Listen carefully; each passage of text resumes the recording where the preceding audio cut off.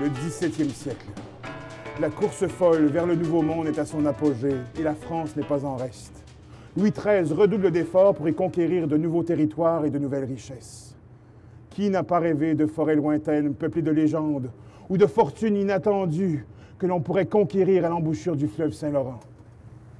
Qui n'a pas souhaité voir ses pas guidés par l'étoile polaire au cœur du pays amérindien, vers la richesse et l'histoire des mystérieuses Trois-Rivières?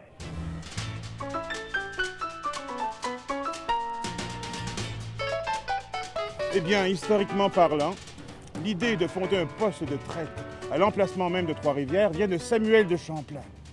Mais celui qui se tapa tout le boulot, c'est le sieur de la Violette. Mais une question se pose.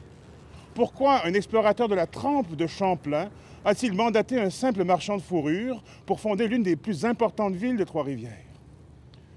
Eh bien, ce qu'on raconte, la mission vers Trois-Rivières était remplie de dangers à cause du conflit amérindien.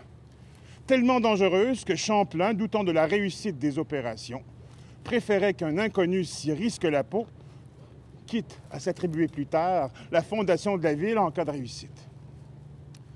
Mais c'était sans compter sur le charisme de la Violette. Dès son arrivée, le 4 juillet 1634, il commence la construction de la ville.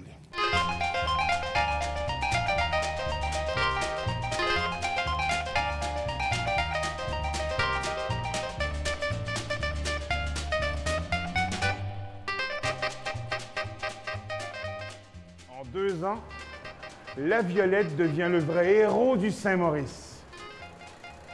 Puis, le 17 avril 1636, l'histoire perd sa trace. Son nom étant mentionné pour la dernière fois dans les archives de la ville.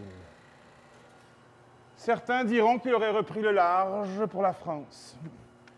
D'autres prétendent qu'il aurait été victime d'un assassinat commandé par Champlain en personne dans le but d'éliminer un rival gênant.